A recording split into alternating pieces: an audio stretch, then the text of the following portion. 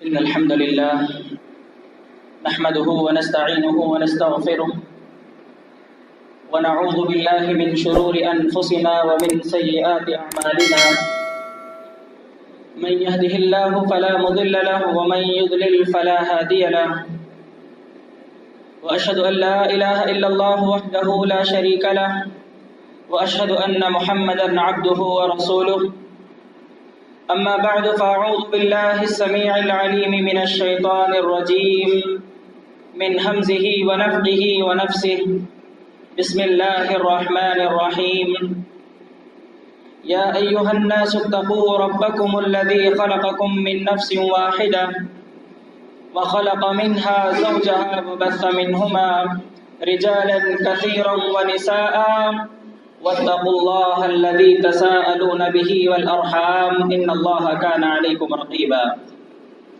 رب اشرح لي صدري ويسر لي أمري واحلل عقدة من لساني يفقهوا قولي ربي زدني علما آمین۔ محترم حاضرین جمعہ، تمام قسم کی تعریف و توصیف، بڑائی و کبریائی، بزرگی، عزت و جلال اس وحدہ لا شریک خالق کائنات مالک ارض و سما کے لیے ہے، جو ہم تمام انسانوں کا اکیلا اور تنہا پالنہار ہے۔ بعدہ لاکھوں کروڑوں انگنت درود و سلام کا نذرانہ ہو تمام انبیاء کرام پر، خصوصاً میرے اور آپ کے آخری نبی تاجدار مدینہ احمد مصطفیٰ محمد مجتبیٰ محمد ابن عبداللہ صلی اللہ علیہ وسلم پر صلوات اللہ وسلامہ علیہ۔ حاضرین جمعہ، اس مختصر سی حمد و ثنا کے بعد ہم اپنے اصل موضوع اور اصل ٹاپک کی طرف لوٹتے ہیں۔ آج کا اس خطبہ جمعہ کا موضوع ہے اسلام میں تصور میراث، کہ اسلام کے اندر پراپرٹی کا، جائیداد کا، آستیوں کا بٹوارا کیسے کیا جاتا ہے۔ آج کے اس خطبہ جمعہ کے اندر ہم یہی کچھ جاننے کی کوشش کریں گے۔ سب سے پہلے اللہ رب العالمین سے دعا کرتا ہوں کہ رب العالمین ہم تمام کو سنی ہوئی باتوں پر عمل کرنے کی توفیق عطا فرما، آمین۔ تو حاضرین جمعہ، آج خطبہ جمعہ کے اندر میں سورۃ النساء کے 3.5 صفحے آج آپ لوگوں کے سامنے وضاحت کرنے جا رہا ہوں۔ ان 3.5 صفحوں کے اندر اللہ رب العالمین نے احکام جو میراث ہے، بٹوارے کا جو طریقہ ہے، اس کو تفصیلاً بیان فرما دیا ہے۔ تو لہٰذا اگر آپ سورہ نساء کے اندر غور کریں گے تو سورہ نساء کی ہر آیت کا دوسری آیت سے بڑا گہرا تعلق ہے، بڑا گہرا ریلیشن شپ ہے۔ تو اس سورہ کے اندر سب سے پہلے یہ بتایا گیا کہ پیدائش کے 3 طریقے ہیں۔ سب سے پہلا طریقہ یہ ہے کہ بے جان سے جاندار کو پیدا فرمانا۔ جیسا کہ اللہ رب العالمین نے آدم علیہ السلام کو پیدا کیا، آدم علیہ السلام مٹی سے بنائے گئے۔ مٹی ایک بے جان چیز ہے، لیکن آدم علیہ السلام ایک جاندار چیز ہے۔ تو سب سے پہلے ایک طریقہ معلوم ہوا کہ بے جان سے جاندار کو پیدا کیا گیا۔ اس کے بعد آگے دوسرا طریقہ جو بیان کرتے ہوئے کہا گیا کہ جاندار کو جاندار سے پیدا کرنا۔ جیسا کہ اللہ رب العالمین نے حضرت حوا علیہ السلام کو پیدا کیا حضرت آدم علیہ السلام کی فصیلے سے، لیکن بغیر کسی مرد اور عورت کے ملے۔ آدم علیہ السلام بھی جاندار ہیں اور حضرت حوا علیہ السلام بھی جاندار ہیں، لیکن آدم علیہ السلام کو حوا علیہ السلام کے ذریعے پیدا کیا گیا بغیر کسی مرد اور عورت کے ملاپ کے۔ تو لہٰذا 2 طریقے معلوم ہو گئے۔ تو ایک تیسرا طریقہ ہے، وہ طریقہ یہ ہے کہ جو ہمارے معاشرے کے اندر فیمس ہے، مرد اور عورت کا آپس میں مل جانا، تو اس سے ایک بچے کی ولادت ہوتی۔ تو سورہ نساء کے اندر مکمل طور پر 3 طریقے بتائے گئے۔ پہلا طریقہ ہے بے جان سے جاندار کو پیدا کرنا۔ اللہ نے آدم علیہ السلام کو مٹی سے پیدا کیا، مٹی ایک بے جان چیز ہے۔ اس کے بعد دوسرا طریقہ بیان کیا گیا کہ ایک جاندار سے جاندار کو پیدا کرنا بغیر کسی مرد اور عورت کے ملے، جیسا کہ اللہ نے حوا علیہ السلام کو پیدا کیا آدم علیہ السلام سے۔ اور تیسرا طریقہ ہے مرد کا عورت سے ملنا، عورت کا مرد سے ملنا، اس سے ایک بچے کی ولادت ہوتی ہے۔ تو لہٰذا اس کے بعد قرآن نے بتایا کہ جب مرد اور عورت آپس میں رشتہ ازدواج میں منسلک ہو جاتے ہیں، ہسبینڈ وائف بن جاتے ہیں، تو اس کے بعد ایک خاندان وجود میں آتا ہے۔ جب تک کسی لڑکے کی شادی نہیں ہوتی اس وقت تک وہ مختلف رشتوں سے منسلک نہیں ہوتا۔ جیسے ہی شادی ہو گئی اب کسی کا شوہر بن گیا، بچہ ہوا تو کسی کا باپ بن گیا، آگے چل کر چچا بنے گا، نانا بنے گا، دادا بنے گا، سب کچھ بنے گا۔ یہ ساری کی ساری چیزیں پاسبل ہیں ایک عورت کی وجہ سے، ایک میرڈ لائف کی وجہ سے۔ تو گویا مرد اور عورت کا آپس میں مل جانا، شادی کے ذریعے ایک ہو جانا، یہ خاندان کے کریشن میں ایک فاؤنڈیشن کی حیثیت رکھتا ہے۔ تو لہٰذا آگے بیان فرمایا کہ جیسے دونوں کی شادی ہوتی ہے تو اس سے خاندان وجود میں آتا ہے، تو ان خاندانوں سے ایک سوسائٹی، ایک معاشرہ وجود میں آتا ہے۔ مختلف خاندان مل کر ایک سوسائٹی بنتی ہے، ایک معاشرہ بنتا ہے۔ تو جیسی سوسائٹی وجود میں آتی ہے، قرآن نے آگے سب بیان کر آگے بڑھاتے ہوئے کہا کہ معاشرے کے اندر دو کمزور طبقے ہیں، دو کمزور گروپس ہیں معاشرے کے۔ سب سے پہلا گروپ ہے یتیموں کا، جن کے سروں سے ماں باپ کا سایہ اٹھ گیا ہو، جن کے ماں باپ دنیا سے انتقال کر گئے ہوں، یہ سب سے پہلا کمزور طبقہ ہے۔ قرآن نے توجہ دلائی کہ ان یتیموں کی تم ریسپانسبلٹی لو۔ اگر یہ یتیم بچے جن کے ماں باپ نہیں، اگر یہ غلط راستے پر چلے گئے تو اس کا نقصان صرف ان لوگوں کو نہیں بلکہ سارا معاشرہ، ساری سوسائٹی کو بھگتنا پڑے گا۔ تو لہٰذا ان چھوٹے بچوں کی تم ریسپانسبلٹی لو یہاں تک کہ یہ بڑے نہ ہو جائے، بلوغت کی عمر کو نہ پہنچ جائے۔ جیسے ہی یہ بڑے ہو جائیں تو قرآن نے کہا وَآتُوا الْيَتَامَىٰ أَمْوَالَهُمْ، یتیموں کو ان کا مال تم دے دیا کرو۔ اس کے بعد جو دوسرا کمزور طبقہ قرآن نے بیان فرمایا ہے وہ ہے عورتوں کا۔ عورت ایک فطری طور پر کمزور پیدا کی گئی ہے، نیچرلی عورت کیا ہے، کمزور پیدا کی گئی ہے۔ اسی لیے اگر آپ دیکھیں گے قرآن و حدیث کے اندر اکثر طور پر عورتوں کے ساتھ حسن سلوک کرنے کی، اچھا بیہیویئر کرنے کی تاکید کی گئی ہے، حکم دیا گیا ہے، کیونکہ اسلام سے پہلے عورت کا کوئی حق مانا نہیں جاتا تھا۔ حق تو دور کی بات، اس عورت کو تو زندہ قبر میں دفن کر دیا جاتا تھا۔ اسی لیے قرآن نے اس عمل کی شناخت کو، قباحت کو، کہ کتنا گھناؤنا عمل ہے، کتنا گھٹیا کام ہے، اس کو سمجھانے کے لیے باقاعدہ میدان محشر کو لوگوں کے سامنے پیش کرتے ہوئے کہا کہ کل حشر کے میدان میں اس قبر میں زندہ درگور لڑکی سے سوال کیا جائے گا، وَإِذَا الْمَوْءُودَةُ سُئِلَتْ بِأَيِّ ذَنبٍ قُتِلَتْ، کہ آخر تیری خطا کیا تھی، کس غلطی کی بنیاد پر دنیا کے اندر تجھے زندہ قبر کے اندر دفن کر دیا گیا۔ تو لہٰذا اس سے ایک بات پتہ چلتی ہے کہ اسلام سے پہلے زمانے جاہلیت کے اندر عورتوں کو ایک نحوست سمجھا جاتا تھا، عورتوں کی تذلیل کی جاتی تھی، ایک انسلٹنگ، ان کی پیدائش کو ایک انسلٹنگ کے طور پر لیا جاتا تھا۔ تو اس سے ایک بات پتہ چل گئی کہ عورت کو نحوست مانا جاتا تھا۔ اس کے بعد عورت کا جو حق مہر ہے اس کو بھی ہڑپ لیا جاتا تھا۔ عورت کا جو حق مہر ہے، شادی ہونے کے بعد جو مہر دیا جاتا ہے عورت کو، اس مہر کو بھی ہڑپ لیا جاتا تھا۔ اس کے بعد وراثت میں تو عورت کا کوئی حصہ مانا ہی نہیں جاتا تھا۔ تو جیسے ہی اسلام آیا، اسلام آ کر عورت کو وہ مقام دیا کہ جو مقام کسی اور مذہب میں عورت کا نہیں ہے۔ اگر یہی عورت ایک ماں کی شکل میں ہو تو اس کے قدموں کے نیچے جنت، ان الجنت تحت اقدام امہات۔ اگر وہی عورت بہن بیٹی کی شکل میں ہو تو ان کے ساتھ اچھا سلوک کرنا، اچھا بیہیویئر کرنا، ان کی اچھی پرورش کرنا، یہ جنت میں داخل ہونے کا ذریعہ ہے۔ اگر یہی عورت ایک بیوی کی شکل میں ہو تو اللہ کے نبی نے کہا الدنیا کلھا متاع وخیر متاع الدنیا المرأۃ الصالحہ، دنیا پوری کی پوری ایک فائدہ اٹھانے والی چیز ہے، ان میں سب سے بہترین چیز فائدہ اٹھانے کے اعتبار سے اگر کوئی ہے تو ایک نیک صالح عورت ہے، ایک نیک صالح بیوی ہے۔ تو لہذا قرآن نے ایک ضابطہ، باقاعدہ ایک ضابطہ دیا کہ عورتوں کو بلا پس و پیش، بغیر اونچ نیچ کے، خوشی خوشی ان کا مہر انہیں دے دیا جائے۔ جیسا کہ قرآن نے کہا وَآتُوا النِّسَاءَ صَدُقَاتِهِنَّ نِحْلَةً، تم عورتوں کو خوشی خوشی ان کا مہر ان کو دے دو۔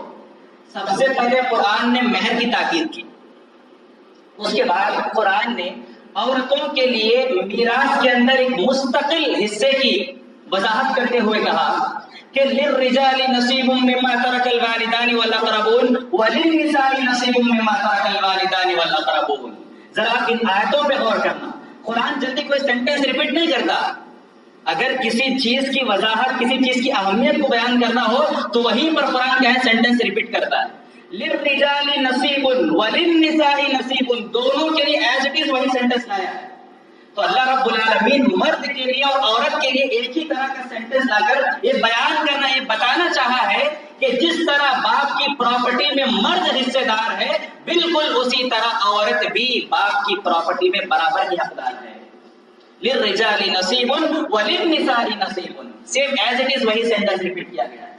آگے اللہ رب العالمین نے کہا وللنساء نصیب، اس آیت کے اندر حصے کے لیے اللہ نے نصیب کا ورڈ یوز کیا ہے، جبکہ عربی کے اندر اگر دیکھا جائے تو حصے کے لیے خود حصتن کا ورڈ آتا ہے۔ حصتن کا ورڈ نہ لا کر کے اللہ نے یہاں پر نصیبن کا ورڈ لایا ہے۔ نصیبن اگر عربی گرامر کے اعتبار سے دیکھیں گے تو یہ نصبہ سے نکلا ہے، جس کے معنی ہے کسی چیز کو گاڑ دینا، کسی چیز کو پرماننٹ فکس کر دینا۔ تو اللہ نے نصیبن کا یہ ورڈ لا کر سمجھا دیا ہے کہ اگر بھائی ایڑی چوٹی کا زور بھی لگا دے تب جا کر بھی وہ پراپرٹی کے اندر عورت کے حصے کو نکال نہیں سکتے، معاف نہیں کروا سکتے۔ اللہ نے نصیبن کا ورڈ لا کر اس کو سمجھا دیا۔ اس کے بعد آگے اللہ رب العالمین نے بیان فرمایا کہ جو پراپرٹی ہے، جو میراث ہے، یہ دو رشتوں کی بنیاد پر تقسیم ہوتی ہے۔ صرف دو ہی لوگ اس کے، دو ہی طریقوں سے اس کے کیا ہے، حقدار بنتے ہیں۔ سب سے پہلا طریقہ ولادت کا رشتہ، سب سے پہلا رشتہ کون سا ہے؟ ولادت کا۔ دوسرا رشتہ ہے اقربیت کا، جیسا نے قرآن نے کہا للرجال نصیب مما ترک الوالدان، والدان سے رشتہ ولادت، والاقربون، اور اقربون سے رشتہ اقربیت، یعنی جو میت کے سب سے زیادہ قریبی لوگ ہوتے ہیں۔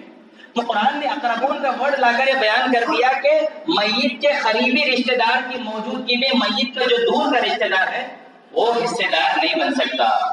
تو لہذا میں نے ہر لفظ کی شرح کر دی، للرجال کی شرح میں نے کر دی، للنساء کی تفسیر میں نے کر دی، نصیب ورڈ کی وضاحت بھی میں نے کر دی، اور اقربون اور والدان لانے کی وجہ بھی میں نے بتا دی کہ انہی دو رشتوں کی بنیاد پر وراثت تقسیم ہوتی ہے۔ اور اس آیت کے اندر اللہ نے ایک اور ورڈ لایا ہے، ترکا، للرجال نصیب مما ترک الوالدان والاقربون۔ اس سے بات پتہ چلتی ہے کہ پراپرٹی کی جو تقسیم ہے، میراث جو بانٹی جاتی ہے، یہ باپ کے مرنے کے بعد نہ کہ باپ کے زندہ رہتے ہوئے۔ اگر باپ زندہ رہتے ہوئے بیٹی کو کچھ دے دے، 50 اشرفی سونا دے دے، تولہ سونا دے دے، تو وہ کیا ہے، ایک گفٹ ہے، ایک ہدیہ ہے۔ اگر باپ اپنے بچے کو کچھ دے دے زندگی کے اندر، وہ ایک تحفہ ہے، اس کو میراث کے اندر، اس کو پراپرٹی کے اندر، جائیداد کے اندر کاؤنٹ نہیں کریں گے۔ لیکن جو پراپرٹی بٹنے والی ہے وہ باپ کے مرنے کے بعد ہے، نہ کہ باپ کے زندہ ہوتے ہوئے۔ اس لیے بھی کہ اللہ کے نبی صلی اللہ علیہ وسلم نے حدیث کے اندر بیان فرمایا اعدلوا بین ابنائکم، تم اپنے بچوں کے درمیان برابری کرو، کسی کو کم کسی کو زیادہ مت دو۔ اگر آپ میراث کا لا دیکھیں کہ قانون اللہ رب العالمین نے جو بیان کیا ہے، عورت کا ایک حصہ، مرد کا ڈبل حصہ۔ عورت کو اگر ایک حصہ دیا جائے گا تو مرد کو اس سے ڈبل دیا جائے گا۔ تو اگر دیکھیں گے تو ایک اعتبار سے اللہ کے نبی کی اور قرآن کی بات کیا آپس میں ٹکرا رہی ہے۔ اللہ کیا کہہ رہا ہے، عورت کو ایک حصہ دو، مرد کو عورت کا ڈبل حصہ دو، جبکہ اللہ کے نبی کہہ رہے ہیں کہ اپنے بچوں کے درمیان ایکول کرو، برابری کرو۔ تو علماء نے اس کی تصدیق یہ بیان کی ہے کہ اللہ رب العالمین نے جو کہا ہے عورت کو ایک حصہ، مرد کو دو حصے، یہ آدمی کے مرنے کے بعد یہ فرق ہے، نہ کہ آدمی کے زندہ ہوتے ہوئے۔ اگر باپ اپنے بچے کو کچھ دیتا ہے تو بچی کو بھی اتنا ہی دینا ہے اپنی زندگی میں، تو بچی کیا ہے، اس کی حقدار بن جائے گی، اس کی مالکہ بن جائے گی۔ باپ کے مرنے کے بعد وہ پراپرٹی میں، وہ جائیداد میں اس کو کاؤنٹ نہیں کیا جائے گا۔ للرجال نصیب مما ترک الوالدان والاقربون۔ آگے اللہ رب العالمین نے ایک اور ورڈ بیان کیا، مما قل منہ او کثر، چاہے مال کم ہو یا زیادہ ہو، برابر کا برابر تقسیم کیا جائے گا۔ زمانے جاہلیت کے اندر کیا ہوتا تھا، اگر کوئی جنگجو ہوتا، جنگ لڑنے والا ہوتا، اگر وہ مر جاتا تو اس کی میراث میں جو تلوار، جو ڈھال، جو بھالے، جو نیام ہوتی تھی، وہ سارے کے سارے مرد رکھ لیتے تھے۔ کیا عورت کیا کرے گی اس کو لے کر؟ سارے کے سارے مرد لے کر رکھ لیا کرتے تھے، عورت کو کچھ بھی نہیں دیتے تھے۔ تو اللہ رب العالمین نے کہا مما قل منہ او کثر، مال وراثت چاہے کم ہو یا زیادہ ہو، جتنا حصہ اللہ نے مقرر کیا ہے اتنا برابر دینا ہی ہے۔ اگر 10 روپے ہی کیوں نہ ہو، برابر برابر آپس میں تقسیم کر دیے جائیں گے۔ یہ ہو گئی مما قل منہ او کثر کی تفسیر۔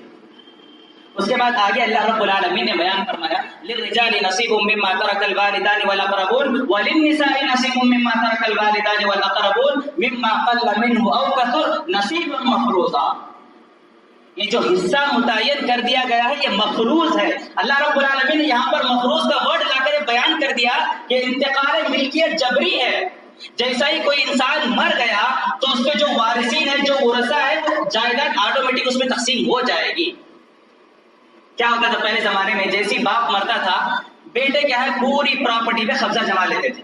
کیا کرتے تھے؟ پوری پراپرٹی پہ قبضہ جما لیتے تھے. اب بہن بیچاری سوچتی ہے کہ اگر میں اصرار کروں گی تو بھائی مجھے گھر میں آنے نہیں دیں گے، تو دل گھٹ کرتے ہوئے اپنے بھائیوں سے کہتی ہے کہ بھائی مجھے پراپرٹی نہیں چاہیے، سارے کی ساری جائیداد آپ ہی رکھ لو. اللہ نے یہ مفروضاً ورڈ لا کر کہا کہ بہن کے اتنا کہہ دینے سے کہ مجھے نہیں چاہیے، اس کا وہ حصہ اس سے معاف نہیں ہو سکتا. اب بھی کیا ہے، وہ ترکے کے اندر حصے دار ہے، اس پراپرٹی میں اس کا بھی حق ہے. نصیبا مفروضہ، انتقال ملکیت جبری ہے. نہ چاہتے ہوئے بھی اگر لڑکی بول دی بھائی سے کہ مجھے نہیں چاہیے، تب بھی اللہ رب العالمین نے کہا کہ وہ اس کے اندر حقدار ہے. نصیبا مفروضہ. آگے اللہ رب العالمین نے بیان فرمایا ان بھائیوں سے ایموشنل اپیل کرتے ہوئے کہ وَلْيَخْشَ الَّذِينَ لَوْ تَرَكُوا مِنْ خَلْفِهِمْ ذُرِّيَّةً ضِعَافًا خَافُوا عَلَيْهِمْ فَلْيَتَّقُوا اللَّهَ وَلْيَقُولُوا قَوْلًا سَدِيدًا. وہ لوگ جو پوری پراپرٹی پہ حصہ جما لیتے ہیں، اللہ نے ان سے کہا کہ ذرا تم سوچو، اگر تم مر جاؤ تمہارے بعد تمہارے جو بچے رہیں گے ذُرِّيَّةً ضِعَافًا، جو کمزور بچے رہیں گے، اگر وہ کمزور بچے تمہارے پاس ضائع ہو جائیں، مطلب یہ ہے کہ تمہارے اپنے بیٹے تمہاری ساری جائیداد پر قبضہ جما لے اور تمہاری اپنی بیٹیوں کو جائیداد سے بے دخل کر دے، تو جس طرح تم اپنی بچیوں کا درد محسوس کرتے ہو، اسی طرح ان اپنی بچیوں کے تناظر میں اپنی ان یتیم بہنوں کو بھی دیکھو جن کا حصہ اللہ نے متعین کر دیا ہے. تو اللہ نے یہاں پر ایک ایموشنل اپیل کی ہے بھائیوں سے. اگر بھائیوں کو تب بھی عقل نہیں آئے گی تو اللہ نے آگے زبردست دھمکی دیتے ہوئے کہا ان الذین یأکلون اموال الیتامی ظلما انما یأکلون فی بطونہم نارا. بے شک وہ لوگ جو دنیا کے اندر یتیموں کے مال کو کھا جاتے ہیں ظلما، ہڑپتے ہوئے، حقیقت میں وہ مال نہیں کھا رہے، وہ پیسہ نہیں کھا رہے، بلکہ وہ آگ بھر رہے ہیں اپنے پیٹوں کے اندر. نارا فی بطونہم نارا، اپنے پیٹوں کے اندر وہ آگ بھر رہے ہیں. تو لہٰذا آگ کو آگ سے بڑی مناسبت ہے. جس طرح انسان کو انسان سے محبت ہو جاتی ہے، اسی طرح آگ کو آگ سے محبت ہو جاتی ہے. جب یہ لوگ میدان محشر میں کھڑے رہیں گے تو جہنم ان کو دیکھ کر اپنی طرف کھینچے گی. اللہ نے آگے کہا وَسَيَصْلَوْنَ سَعِيرًا. آگے اللہ نے جہنم کی صفت بیان کی ہے کہ بھڑکا دینے والی جہنم میں لوگ ڈالے جائیں گے. جس طرح ایک آگ پر فیول ڈال دو، جس طرح وہ آگ بھڑکتی ہے، بالکل اسی طرح جہنم میں بھڑکا دی جائے گی. اللہ نے کہا کہ ایسی بھڑکتی ہوئی جہنم میں ایسے بھائیوں کو ڈالا جائے گا جو ساری پراپرٹی پر قبضہ جما کر بیٹھے ہوئے ہیں. اتنی ساری تفصیل بیان کرنے کے بعد اللہ رب العالمین نے آیت میراث کو نازل کیا. ساری پراپرٹی حصے جو بھی بیان کیے ہیں اللہ نے اس آیت کو نازل کیا. میں آیت کو شروع کرنے سے پہلے اس کا بیک گراؤنڈ آپ کے سامنے رکھ دوں تاکہ آپ کو بات مکمل طور پر واضح سمجھ میں آ جائے. ایک حدیث کے اندر اس کا بیک گراؤنڈ اللہ کے نبی صلی اللہ علیہ وسلم نے بیان فرمایا ہے. جابر بن عبداللہ رضی اللہ تعالیٰ عنہ کی حدیث ہے، بخاری کی روایت ہے. عن جابر بن عبداللہ رضی اللہ تعالیٰ عنہ یقول مرضت فعادنی رسول اللہ صلی اللہ علیہ وسلم وابو بکر وہما ماشیان فاتانی فقد اغمی علی فتوضأ رسول الله صلى الله عليه وسلم فصب علي وضوءه فافقت فقلت له يا رسول الله كيف اصنع في مالي وكيف اقضي في مالي فلم يجدني شيء حتى نزلت آیت الموارث. رواہ البخاری کی کتاب الفرائض. امام بخاری رحمہ اللہ نے اس کو اپنی کتاب بخاری کے اندر کتاب الفرائض چیپٹر کے نیچے لایا. اب اللہ کے نبی کے صحابی عبداللہ بن جابر رضی اللہ عنہ، جابر بن عبداللہ بیان فرماتے ہیں کہ میں بیمار ہو گیا. اللہ کے نبی صلی اللہ علیہ وسلم اور ابو بکر دونوں میری عیادت کے لیے آئے، میرا حال دریافت کرنے کے لیے آئے. وہما ماشیان، اور وہ دونوں پیدل چلتے ہوئے آئے. فاتانی، جیسے وہ میرے پاس پہنچے، فقط اغمی علیہ، تو میں کیا ہے بے ہوش ہو گیا. تو جیسے ہی اللہ کے نبی نے مجھے دیکھا کہ ارے یہ تو بے ہوش ہے، تو فتوضأ رسول اللہ صلی اللہ علیہ وسلم، اللہ کے نبی صلی اللہ علیہ وسلم نے وضو بنایا. فصب علی علیہ وضوءہ، تو وضو کے سارے پانی کو اٹھا کر اب جابر بن عبداللہ کے چہرے پر اڈیل دیا۔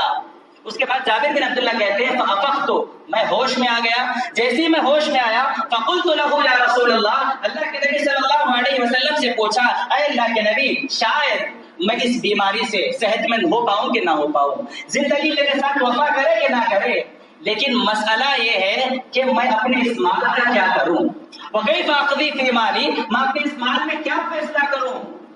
فلم یجبنی شیء، اللہ کے نبی خاموش رہے، کوئی جواب نہیں دیا اللہ کے نبی نے، حتی نزلت آیت الموارث، یہاں تک کہ اللہ رب العالمین نے آسمان سے آیت میراث کو نازل فرمایا۔ اس کے بعد اس آیت کی روشنی میں اللہ کے نبی نے جواب دیا کہ اگر تم اپنے مال کے اندر وصیت کرنا چاہتے ہو تو 1/3 1/3 سے زیادہ وصیت مت کرو، اور اس کے بعد جو تمہارا بقیہ مال ہے وہ ان لوگوں میں تقسیم ہوگا جن لوگوں کی فہرست اللہ رب العالمین نے قرآن میں بیان فرما دی ہے۔ تو اللہ رب العالمین نے آیت میراث کو بیان کرتے ہوئے کہا یوصیکم اللہ فی اولادکم للذکر مثل حظ الانثیین، اللہ رب العالمین تمہیں وصیت کرتا ہے تمہارے اولاد کے لیے، تمہارے بچوں کے سلسلے میں، للذکر، اگر تمہارا ایک بیٹا ہے تو مثل حظ الانثیین، اس کا حصہ تمہاری 2 بیٹیوں کے برابر ہے، لڑکے کا ڈبل لڑکی کا سنگل۔ فَإِن كُنَّ نِسَاءً، اگر تمہارے بیٹے نہیں ہیں صرف تمہاری بیٹیاں ہیں، فَوْقَ اثْنَتَيْنِ، 2 سے زائد تمہاری بیٹیاں ہیں، تو ثلث ما ترک، تمہارے مال کا 2/3 حصہ ان کو دے دیا جائے گا۔ تو لہٰذا میں اس آیت کو یہاں پر اسٹاپ کرتے ہوئے ایک بات آپ کو سمجھانا چاہتا ہوں۔ اللہ رب العالمین نے اس آیت کا جو اسٹارٹ کیا ہے یوصیکم اللہ، یوصیکم کے ورڈ سے، اس سے بات واضح ہو جاتی ہے کہ اللہ رب العالمین نے جن لوگوں کی وصیت کر دی ہے، آدمی اپنی زندگی میں ان کے لیے کوئی وصیت نہیں کر سکتا۔ جن کے حصے اللہ نے متعین کر دیے ہیں کہ بیٹی کو اتنا دینا ہے، شوہر کو اتنا دینا ہے، بیوی کو اتنا دینا ہے، آدمی اپنی طرف سے اس کے لیے کوئی وصیت نہیں کر سکتا۔ باقاعدہ قانون بنا دیا گیا لا وصیت لوارث، وارث کے لیے کوئی وصیت نہیں۔ لیکن دنیا کے اندر تو یہی ہوتا ہے نا، جب بھائی ساری پراپرٹی پہ قبضہ جما لیتے ہیں تو بیچ میں جو بروکر رہتے ہیں نا، وہ آ کے کمپرومائز کرانے کی کوشش کرتے ہیں، چلو پورا حصہ نہ صحیح 100 میں سے 10% دے دو، 90% تم رکھ لو۔ اللہ نے کہا یوصیکم کا ورڈ لا کر یہ میں نے وصیت کر دی ہے، میں نے حصے متعین کر دیے ہیں، تمہاری ضرورت نہیں کہ تم اس کے اندر تبدیلی کر کے دکھاؤ۔ اگر کوئی انسان اللہ کی وصیت میں تبدیلی کرتا ہے تو اس کا مطلب یہ ہے کہ وہ اللہ کی وصیت کا کرپشن کر رہا ہے، اللہ کی وصیت میں غلطیاں نکال رہا ہے۔ تو لہٰذا کیا اللہ کی وصیت ایسی ہے کہ اس کے اندر غلطیاں نکالی جا سکیں؟ تو لہٰذا قاعدہ بیان کر دیا گیا کہ لا وصیت لوارث، وارث کے لیے کوئی وصیت نہیں ہے، اس کے علاوہ جو لوگ ہیں ان کے لیے ہم وصیت کر سکتے ہیں۔ تو اس کے بعد میں ایک حدیث آپ لوگوں کے سامنے پیش کرتا ہوں تاکہ بات اور اچھے انداز میں سمجھ میں آ سکے۔ اس حدیث کے راوی ہیں عبداللہ بن عباس رضی اللہ تعالی عنہ، عن عبداللہ بن عباس رضی اللہ تعالی عنہما قال قال رسول اللہ صلی اللہ علیہ وسلم الحق الفرائض بأهلها فما بقي فهو لأولى رجل ذكر، رواہ البخاری فی کتاب الفرائض۔ امام بخاری رحمہ اللہ نے اس کو کتاب الفرائض کے اندر لائے ہیں۔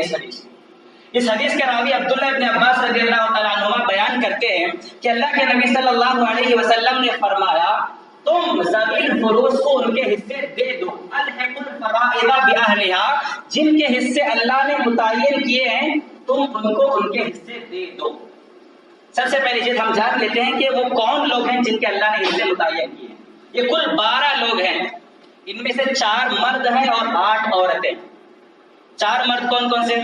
سب سے پہلا باپ، دوسرا دادا، تیسرا ماں شریک بھائی۔ ماں شریک بھائی کا مطلب یہ ہے کہ ماں ایک ہو باپ الگ الگ ہو۔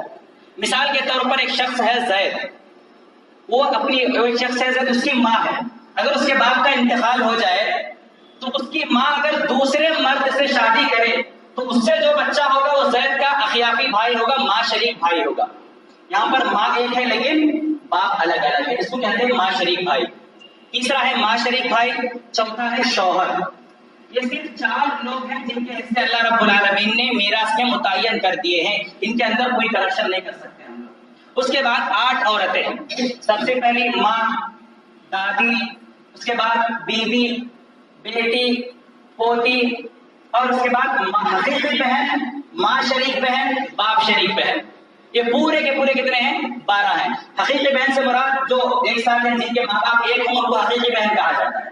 ماں شریک بہن جن کی ماں ایک ہو باپ الگ الگ ہو, اور باپ شریک بہن جن کا باپ ایک ہو لیکن ماں الگ الگ ہو, ان کو کہا جاتا ہے باپ شریک بہن. تو یہ کل 12 کی تعداد میں ہے. انہی 12 لوگوں پر کیا ہے؟ وراثت تقسیم کی جائے گی, پراپرٹی بانٹی جائے گی. تو لہٰذا اس میں تعجب کی بات یہ ہے کہ لینے والے تو 12 ہیں لیکن ان کے حصے پورے 6 ہیں. کتنے حصے؟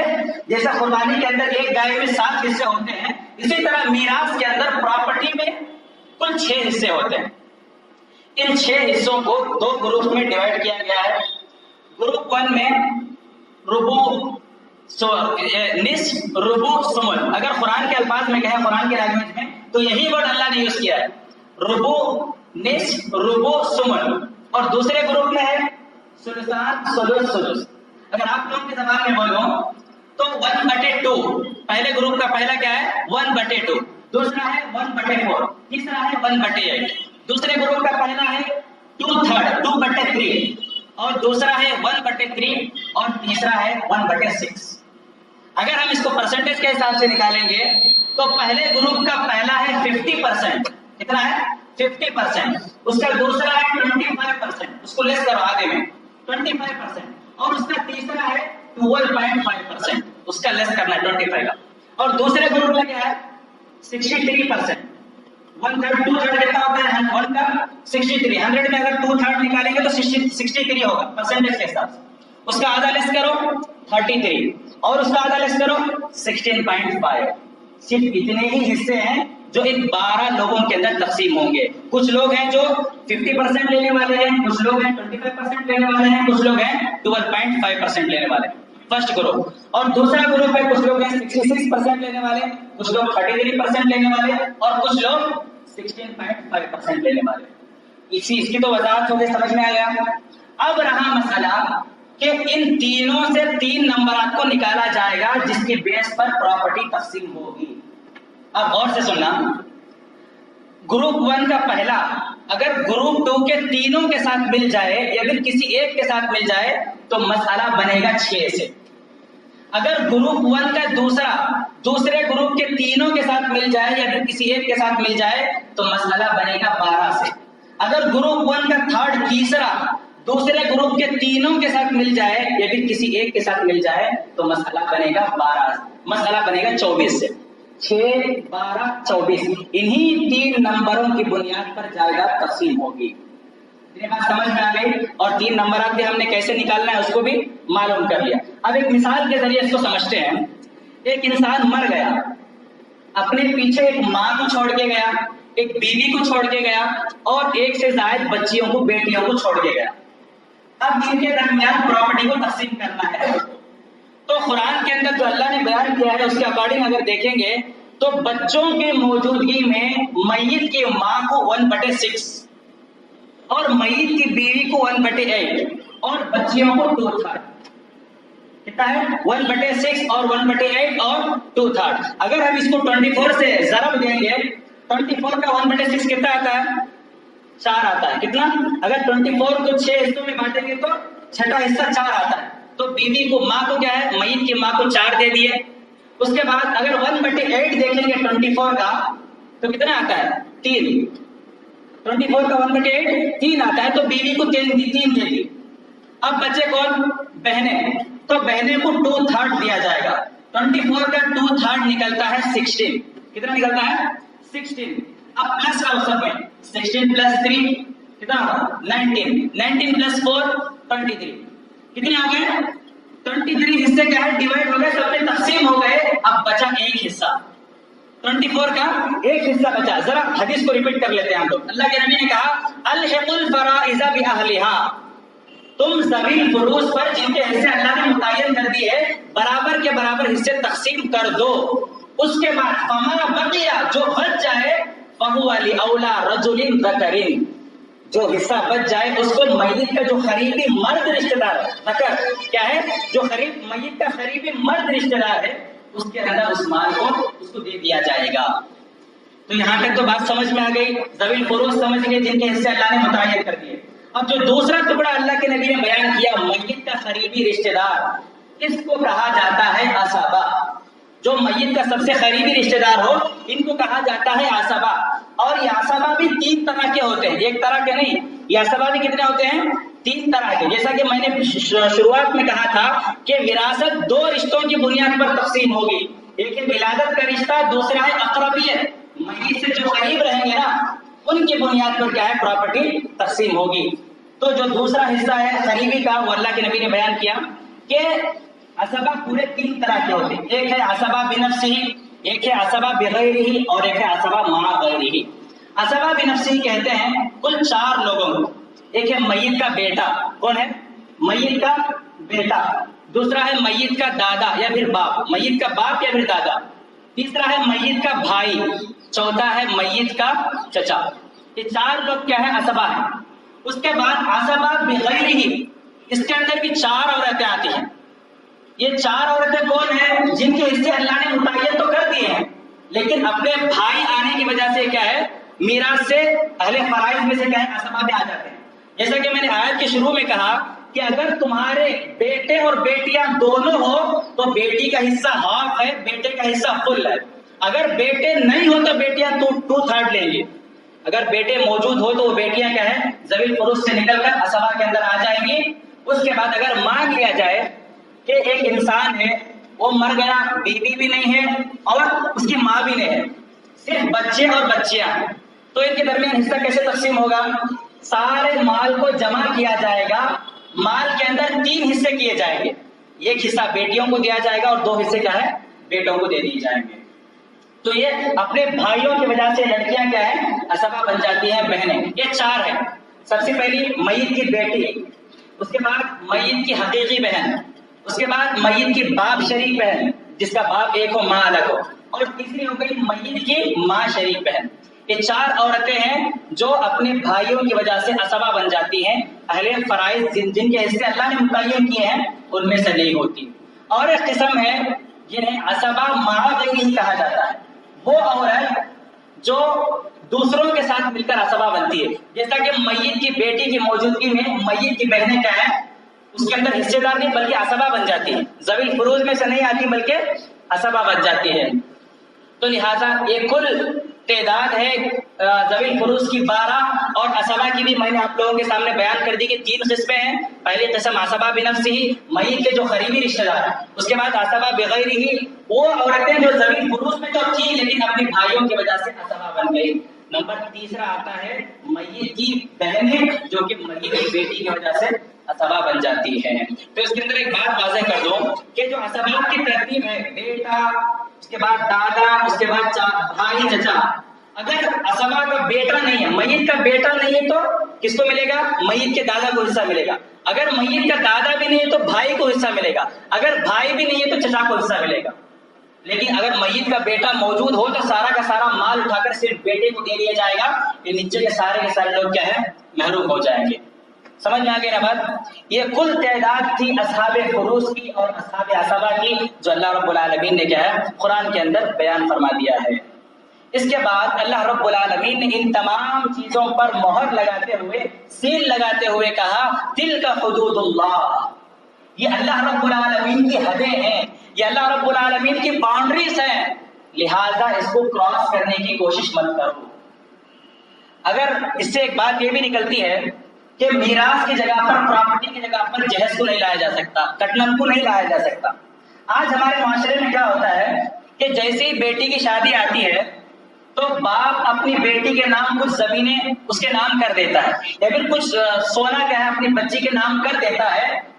جب باپ مر جاتا ہے تو جو بھائی رہتے ہیں وہ اس باپ کی جو پراپرٹی رہتی ہے جو جیتے جی باپ بیٹیوں کو دیا رہتا ہے اس کو جائیداد میں کیا ہے کاؤنٹ کر لیتے ہیں اور کہتے ہیں کہ جائیداد سے تیرا کوئی حصہ نہیں ہے، ہم نے کیا ہے جہیز کے طور پر ساری کی ساری پراپرٹی تجھ کو دے دی ہے. میں نے واضح کر دیا کہ باپ اپنی زندگی میں بیٹی کو کچھ دیتا ہے تو وہ گفٹ ہے، وہ تحفہ ہے، اس کو جائیداد میں کاؤنٹ نہیں کیا جائے گا. آج معاشرے کے اندر ہوتا کیا ہے شادیوں کے اندر اپنی بچیوں کو جہیز کے نام پر پراپرٹیاں دے دیتے ہیں لیکن جب میراث کا مسئلہ آتا ہے پراپرٹی تقسیم کرنے کا تو وہاں پر محروم کر دیتے ہیں. اللہ نے کہا کہ اگر کوئی ایسا کرتا ہے تو گویا اس نے میری باؤنڈری کو، میری حد کو کراس کیا ہے. دوسری بات اس سے معلوم ہوتی ہے کہیں ایسا تو نہیں کہ ہمارے پراپرٹی سے لڑکیوں کو بے دخل کرنے کی وجہ سے اللہ نے جہیز جیسا عذاب ہم پر نازل کر دیا ہو، کٹنم جیسا عذاب اللہ رب العالمین نے ہم پر نازل کر دیا ہو ہماری نادانی کی وجہ سے، عورتوں کو جائیداد سے بے دخل کرنے کی وجہ سے، کیونکہ جہیز کا تو اسلام سے کوئی تعلق نہیں۔ اگر کوئی انسان اللہ کے نظام میں، اللہ کے لا میں چینج کرے گا تو اللہ رب العالمین کہیں ایسا نہ ہو کہ جہیز کو ہمارے اوپر عذاب کے طور پر نازل کر دیا۔ آج کئی ایسی لڑکیاں ہیں جہیز نہ ہونے کی وجہ سے گھروں میں کنواری بیٹھی ہوئی ہیں، کئی ایسے ماں باپ ہیں جو جہیز کم دینے کی وجہ سے پورے معاشرے کے اندر منہ چھپائے پھر رہے ہیں، اور کئی ایسی مائیں بہنیں ہیں جو اپنے سسرال میں جہیز کم لانے کی وجہ سے ایک تو ٹینشن میں ہیں اور اپنے ماں باپ کو بھی ٹینشن دے رہی ہیں۔ کہیں ایسا تو نہیں کہ اللہ کی جانب سے ہم پر عذاب آ گیا؟ تو اللہ نے کہا دل کا حدود اللہ، یہ میری باؤنڈریاں ہیں، لہذا اس کو کراس کرنے کی کوشش مت کرو۔ آگے اللہ نے کہا وَمَن يُطِعِ اللَّهَ وَرَسُولَهُ، جو انسان میرے لا کے مطابق، میرے اصول کے مطابق اگر پراپرٹی تقسیم کر دے تو گویا وہ ایسا ہے جیسا کہ اس نے اللہ اور اس کے رسول کا لاج رکھ لیا، اللہ اور اس کے رسول کی اطاعت کر لی۔ اگر کوئی انسان اللہ اور اس کے رسول کی اطاعت کر لی تو آگے اللہ رب العالمین نے کہا يُدْخِلْهُ جَنَّاتٍ تَجْرِي مِن تَحْتِهَا الْأَنْهَارُ، ہم ایسے لوگوں کو ایسی جنتوں میں داخل کریں گے جس کے نیچے نہریں بہہ رہی ہوں گی۔ اور آگے اللہ نے کہا خالدین فیہا، وہ ایسی جنتوں کے اندر ہمیشہ ہمیشہ رہیں گے، کبھی نکالے نہیں جائیں گے ایسی جنتوں سے۔ اور آگے اللہ رب العالمین نے ایک اور آیت ریپیٹ کرتے ہوئے کہا وَمَن يَعْصِ اللَّهَ وَرَسُولَهُ، لیکن کوئی انسان پراپرٹی کی جگہ پر جہیز کو لائے، کٹنم کو لائے، اللہ رب العالمین کے لا کو تبدیل کرنے کی کوشش کرے تو گویا وہ انسان یعص اللہ ورسولہ، اللہ اور اس کے رسول کی نافرمانی کر رہا ہے۔ اگر کوئی انسان اللہ اور اس کے رسول کی نافرمانی کرے ویتعدی حدودہ، اور اس کے باؤنڈریز کو کراس کرے تو آگے اللہ نے کہا یدخلہ نارا، ایسے انسانوں کو ہم آگ میں داخل کریں گے۔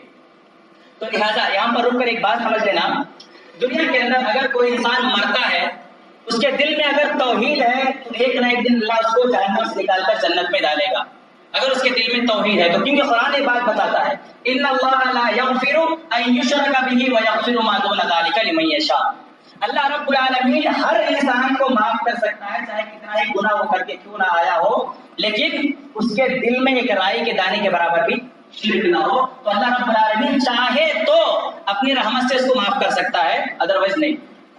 تو اس سے ایک بات یہ معلوم ہوتی ہے، ایک بخاری کی ایک بہت لمبی روایت ہے، وقت نہیں کہ میں اس کو بیان کر سکوں، شارٹ کے طور پر آپ کے سامنے بیان کر دوں۔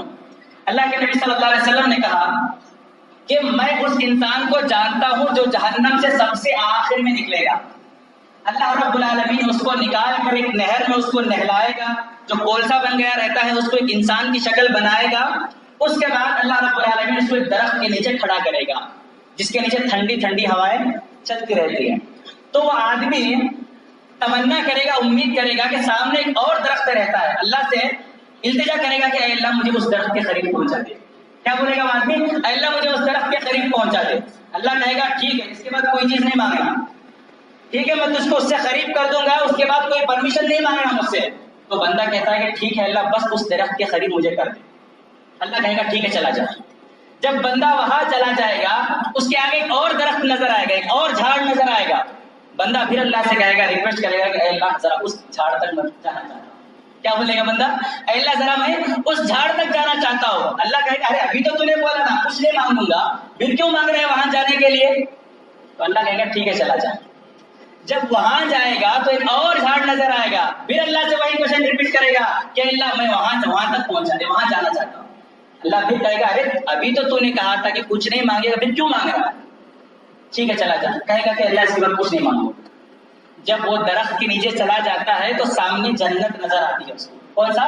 جنت کا دروازہ نظر آتا ہے۔ اب اس کا دل نہیں مانتا، پھر نہ چاہتے ہوئے اللہ سے کہتا ہے کہ اللہ ذرا اس دروازے کے قریب جانا چاہتا ہوں۔ کیا بولے گا انسان؟ اللہ ذرا اس دروازے کے قریب جانا چاہتا ہوں۔ اللہ پھر کہے گا ارے ابھی تو نے کہا تھا کہ کہیں کچھ بھی نہیں مانگے گا، پھر کیوں مانگ رہا ہے؟ اللہ کی آخری بات ہے، اس کے بعد کچھ بھی نہیں مانگوں گا۔ اللہ کہے گا ٹھیک ہے چلا جا۔ جیسے ہی جنت کے قریب پہنچتا ہے تو جنت کے اندر کی نعمتوں کو دیکھ کر وہ نہیں رہتا وہاں پر، اس کا دل چاہتا ہے کہ اندر چلے جاؤں، پھر اللہ سے ریکویسٹ کرتا ہے کہ اللہ ذرا ایک قدم اندر ڈالنا چاہتا ہوں۔ جنت کے اندر اپنا ایک پیر رکھنا چاہتا ہوں. تو اللہ پھر وہی کوشچن ریپیٹ کرے گا, ارے ابھی تو نے کہا تھا یہ کچھ بھی نہیں مانگے گا, پھر سوال پر سوال کرنے جا رہا ہے. تو اللہ سے کہے گا کہ اے اللہ بس ایک پاؤں رکھنے کی اجازت دے دے, اس کے بعد کچھ بھی نہیں مانگوں گا. اللہ کہے گا ٹھیک ہے رکھ لے. جیسے ایک پیر رکھتا ہے تو اس کا دل اور مچلنا شروع کر دیتا ہے. پھر اللہ سے آخری ریکویسٹ کرتا ہے کہ اے اللہ جب ایک پیر اندر چلا گیا ہے تو دوسرا پیر رکھنے کی بھی اجازت دے دے. تو اللہ اس وقت اللہ کے نبی نے کہا کہ اللہ رب العالمین ہنس دے گا, مسکرا دے گا اور اس سے کہے گا کہ ٹھیک ہے چلا جاؤ. تو اس سے بات معلوم ہوتی ہے کہ اللہ رب العالمین دنیا کے اندر سب سے بڑے گنہگار کو بھی معاف کرنا چاہے تو اپنی رحمت سے معاف کر سکتا ہے. لیکن ذرا اس آیت کے اندر غور کرنا, اللہ رب العالمین نے کہا یدخلہ نارا, ہم ایسے لوگوں کو جہنم میں داخل کریں گے جو میراث میں عورتوں کو حق نہیں دیتے. کیسی جہنم؟ خالدن فیہا, جو اس جہنم میں ہمیشہ ہمیشہ رہیں گے, کبھی نکالے نہیں جائیں گے. اللہ نے کیا کہا؟ خالدن کا ورڈ لایا اللہ نے, ہمیشہ ہمیشہ پرماننٹ ان کا ٹھکانہ جہنم ہی ہے. جو لوگ عورتوں کو اپنے باپ کی پراپرٹی سے بے دخل کر دیتے ہیں, وَلَهُ عَذَابٌ مُهِینٌ, اور ایسے لوگوں کے لیے دردناک عذاب ہے, رسوا کن عذاب ہے اور ذلت بھرا عذاب ہے. تو لہٰذا ذرا غور کرو میرے بھائیو, آج ہم لوگ کئی سارے حج کرتے ہیں, کئی ساری قربانیاں کرتے ہیں اللہ رب العالمین کے لیے, کئی ساری زکاتیں ہم سال بھر نکالتے ہیں, کئی سارے صدقات, کئی ساری نمازیں ہم لوگ پڑھتے ہیں, لیکن ہمارے صرف جائیداد میں اپنی بہنوں کو بے دخل کرنے کی وجہ سے ہماری یہ ساری کی ساری عبادتوں کو اللہ رب العالمین رائیگاں کر دے گا, ہوا میں بھوسے کی مانند اللہ رب العالمین اڑا کر رکھ دے گا اور ہمارا ٹھکانہ جہنم اللہ رب العالمین بنا دے گا. تو لہٰذا اللہ رب العالمین سے آخر میں دعا کرتا ہوں کہ اللہ رب العالمین ہم تمام کو ان سنی ہوئی باتوں پر عمل کرنے کی توفیق عطا فرما. اے اللہ رب العالمین جب تک تو ہمیں اس دنیا کے اندر زندہ رکھ, ایمان اور اسلام والا بنا کر زندہ رکھ. اے رب العالمین جب اس دنیا سے ہمارا خاتمہ ہو تو اس حال میں ہو کہ تو ہم سے راضی اور ہم تجھ سے راضی. آمین. اقول قولي هذا واستغفر الله لي ولكم ولسائر المسلمين فاستغفروه انه هو الغفور الرحيم.